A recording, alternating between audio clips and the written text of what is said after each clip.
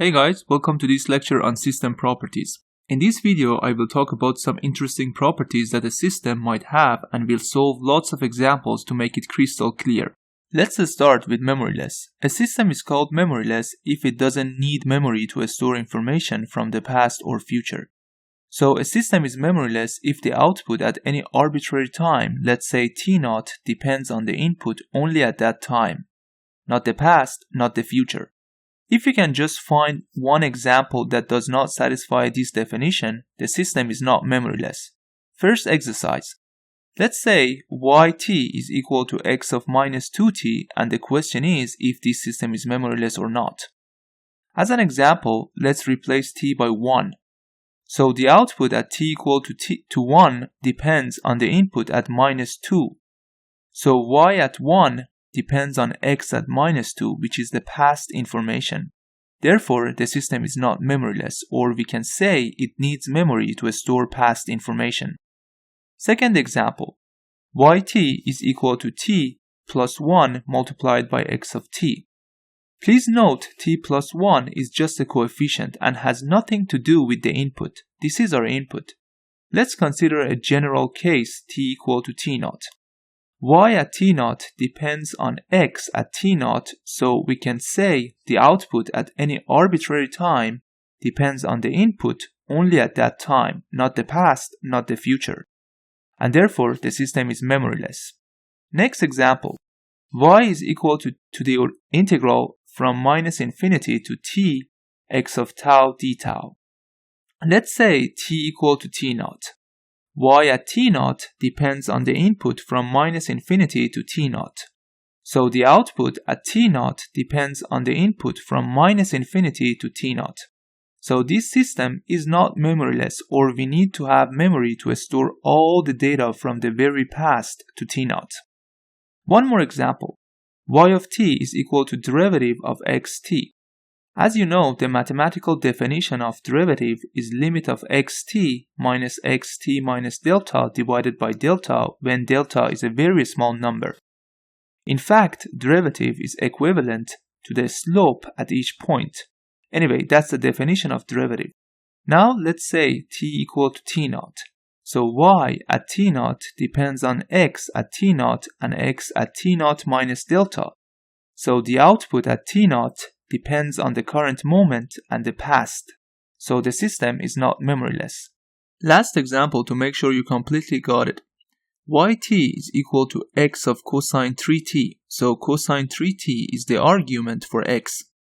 Again, if you can find one example which violates the definition of memoryless systems, you can say the system is not memoryless. Let's replace t by 0. So y at 0 depends on x of cosine 0.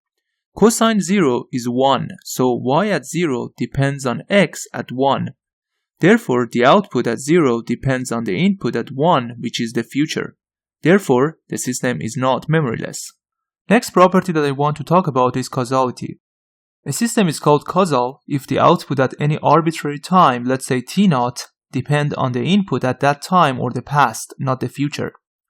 So, when a system depends on the future information, the system is not causal. For online application, the system must be causal because the future does not happen yet.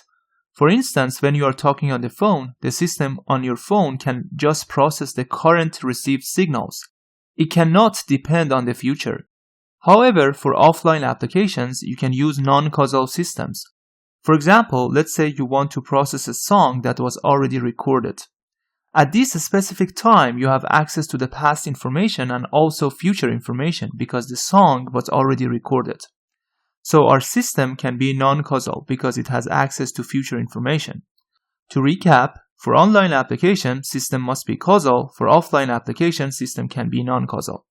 First exercise, yt is equal to x of minus t. Again, if you can find just one example which does not satisfy the causality definition, the system is not causal. Let's replace t by minus 1. So y at minus 1 depends on the x at minus 1, which is 1. So the output at minus 1 depends on the input at 1, which is the future. So the system is not causal. Next example. Yt is equal to cosine t plus 1 multiplied by x of t. Please note this is just a coefficient and has nothing to do with the input. This is the input. Let's replace t by t0. Y at t0 depends on x at t0. So the output at t0 depends on the input at t0, not the past, not the future. Therefore, the system is causal. Next example. Yt is equal to integral from minus infinity to t plus 1 x tau d tau.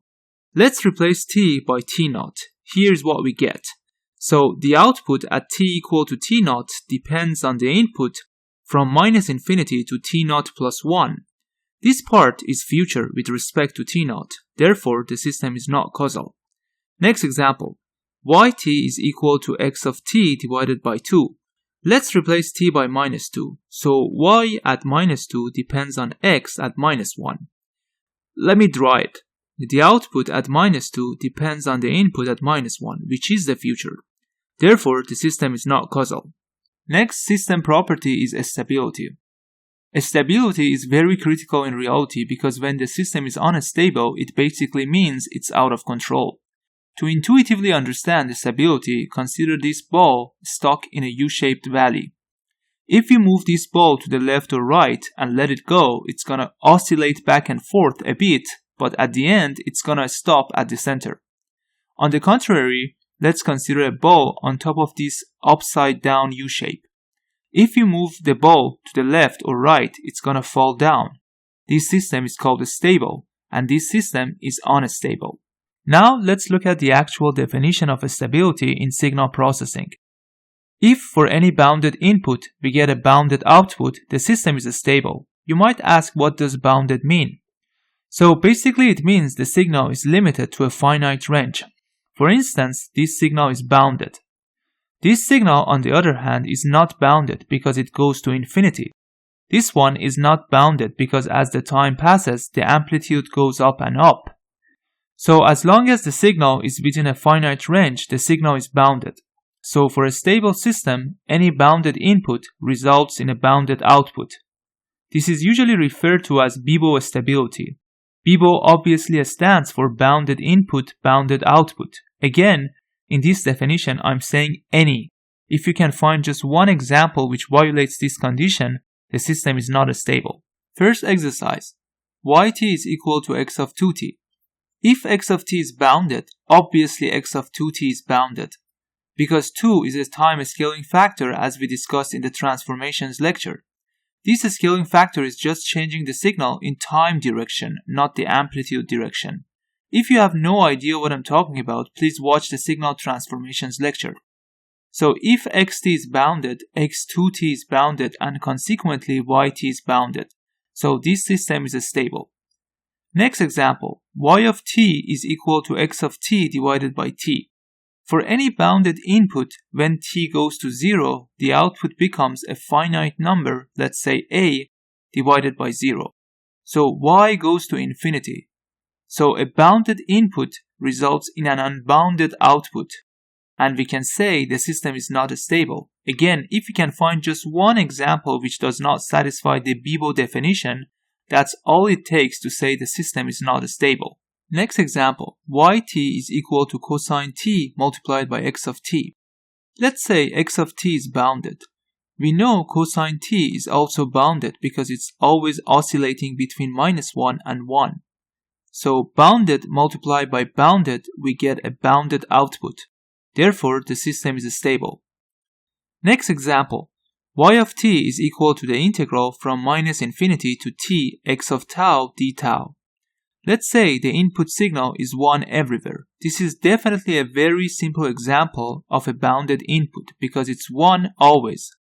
The integral basically means summation. So we are basically adding lots of 1, infinite number of 1s from -infinity to t. This summation is infinity, so a bounded input results in an unbounded output, and we can say the system is not stable. Let's solve one more example before we move on to the next property. Y of t is equal to 1 divided by sine of xt. In fact, the input is the argument for the sine function. As an example, let's say x of t is always 0. This is absolutely bounded as it's 0 everywhere. In this case, the output is 1 divided by sine of 0, which is 0. So 1 divided by 0 is infinity. So for a bounded input, we get an unbounded output, and we can say the system is not stable. Now I'm going to talk about invertible systems. Intuitively, the system is invertible if the input signals can be generated from the output signals. Mathematically, the system is called invertible if every element of the output is corresponding to just one element of the input. This basically means the system is one-to-one. On the other hand, if an output value is corresponding to more than one input, the system is not invertible. To recap, an invertible system is one-to-one. First example, yt is sine of xt. The input is the argument of sine function. Let's say xt is 0, so y for this input becomes 0. Now let's consider another input.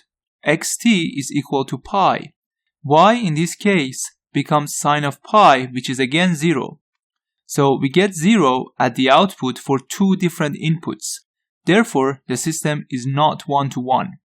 Next example, y of t is equal to 3x of t plus 5. Here, the output is basically input multiplied by 3 plus 5. So to generate the input from the output, we can move 5 to the other side and then divide the whole thing by 3. Here is what we get. At the beginning, I said the system is invertible if the input signal can be generated from the output signal. So here, when the output is given, to generate the input signal, we just need to subtract yt by 5 and divide the whole thing by 3. Therefore, the system is invertible. Let's solve one more example. Yt is equal to derivative of xt. Let's assume xt is 1. The derivative of 1 is 0. So the output is 0. Let's consider another input, xt equal to 2. The derivative is again 0. So for two different inputs, we get the same output, and therefore the system is not one-to-one or invertible. Okay, let's move on to time-invariant systems. The system is time-invariant if it doesn't change over the time. So if you repeat the same test over the time, you will get the same result. For instance, let's say you apply x to the system today and you get y as the output. You repeat the test next week by applying the same input to the system and you get the same output. You repeat the test next year and you get the same result again. This system is time invariant as it's not changing over the time. On the contrary, let's say you apply x today, you get y1. Next week, if you repeat the test, you get different output, for example, y2. Next year, you get another output, y3. So this system clearly changes over the time because the same input results in different outputs. Mathematically, a system is time invariant if a time shift in the input results in the same time shift in the output. To test if the system is time invariant or not, first shift the input by capital T and call the output y1t. Second, shift the output by t. Third, if y1t and the shifted version of yt are equal, the system is time invariant. First example, yt is x2t.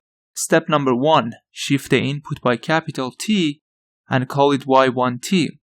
Step number 2, shift the output by capital T, so all you need to do is to replace t by t minus capital T. Multiply 2 by t minus t, here is what we get. Let me write them again. y1t is x2t minus capital T, and yt minus capital T is this. Step number 3, compare these two. They are not obviously equal, so the system is not time invariant. Next example, yt is equal to sine of xt. This is the input. Step number 1, shift the input by capital T and call it y1t. Step number 2, shift the output by capital T. Again, all you need to do is to replace all t's by t minus capital T. Here is what we get. Step number 3, you need to compare these two. They are equal. and therefore the system is time invariant. Next example, yt is equal to sine t multiplied by x of t. This is the input and this sine function is just the coefficient. Step number 1, shift the input by capital T and call it y1t. Step number 2, shift the output by capital T. Again, you need to replace all t's by t minus capital T. Here is what we get. Step number 3, compare 1 and 2. As you can see, the second terms are equal, but the first terms are not. So y1t is not equal to yt minus capital T, and the system is not time invariant. One more example. Yt is the integral from minus infinity to t x tau d tau. Step number 1, shift the input. Here is what we get. Call this y1t. Step number 2, shift the output by capital T. Again, you need to replace all t's by t minus capital T. Here is what we get. Now, if you compare y1t with yt minus capital T, they seem different, but actually they are not if you carefully look at them. It's very easy to show they are equal. To do so, in this integral, let's change the variable and replace tau minus capital T by k. If you apply derivative to both sides of this equation, capital T is constant and its derivative is 0. So here's what we get, d tau equal to dk. Now, when we change the integral variable, we also need to map the old interval to the new one. Let's start from the lower bound. When tau is minus infinity, we get minus infinity minus capital T equal to k. You can ignore t here. This means the lower bound is still minus infinity. Now let's look at the upper bound. When tau is t, k is basically t minus capital T. Let me write it the other way around. To change the variable from tau to k, we should replace all this stuff in 1. y1t becomes the integral from minus infinity as the lower bound to t minus capital T as the upper bound, x of k dk. Now k is just a name, you can call it t, tau, or whatever you want. Let's replace it by tau. Here's what we get. Now if you compare 1 with 2, you can see they are equal. Now let's talk about linear systems. First, let me intuitively explain what a linear system means and why it's valuable to work with a linear system. Let's say you talk to your friend with a happy face and he treats you the same. If you talk to him in a neutral way, he talks to you with a neutral face. If you get mad at him and start arguing, he would get mad too. You see, these reactions are normal and predictable.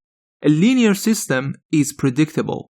On the contrary, let's consider a scenario when you treat your friend very nice with a big smile and out of the blue, he starts fighting with you.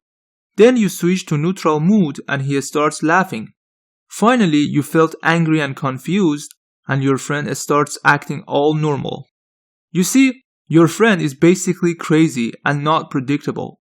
As you can guess, being predictable is very, very important in signal processing and in general in all aspects of engineering. Now let's look at the mathematical definition of linear systems. This system is given by applying x to the input, we get y at the output. For a linear system, if you multiply the input by a, the output gets multiplied by the same value. For example, if you amplify the input by 2, the output gets amplified by 2. Or if you multiply the input by 3, the output gets multiplied by the same value. Also, for a linear system, if the output to x1 input is y1 and the output to x2 input is y2, the response to x1 plus x2 is y1 plus y2. This is called superposition property. To test if a system is linear or not, first apply x1t and call the output y1t. Second, apply x2t and call the output y2t. Finally, apply a linear combination of x1 and x2t in this form, ax1t plus bx2t. If the output is the linear combination of the outputs, i.e. y1t and y2t, the system is linear. First example, yt is equal to 3xt. First, let's apply x1t to the input, which means replace the input by x1t. Call this y1t. Step number 2, apply x2t to the input and call it y2t. Step number 3, let's apply a linear combination of x1t and x2t. I call the output y3t. Here is what we get. Let's switch the order of constants and write it again. Now what is this one? It's basically y1t. What is this one? It's y2t. So the output is a multiplied by y1t plus b multiplied by y2t. This is a linear system because by applying a linear combination of the inputs, we get a linear combination of the outputs. Before I let you go, let me solve one more example. Yt is equal to xt plus 1. Step number 1, apply x1t to the input and call the output y1t. Step number 2, apply x2t to the input and call the output y2t. Step number 3, let's consider a linear combination of x1t and x2t and apply it to the system. Here is what we get. Let's call this one y3t. It's clear that this is not equal to a multiplied by y1t, because if you multiply y1t by a, you get a here and here. Plus by2t. Again, if you multiply y2t by b, you get b here and here. These constants are missing here. Therefore, the system is not linear. Okay, that's it for this tutorial. In the next video, I will talk about LTI or linear and time-invariant systems. Thanks a lot for giving me your time and watching this video. Please don't forget to subscribe to my channel. And also, if you have any question, please write it in the YouTube comments section. I will try to respond ASAP. See you guys in the next video.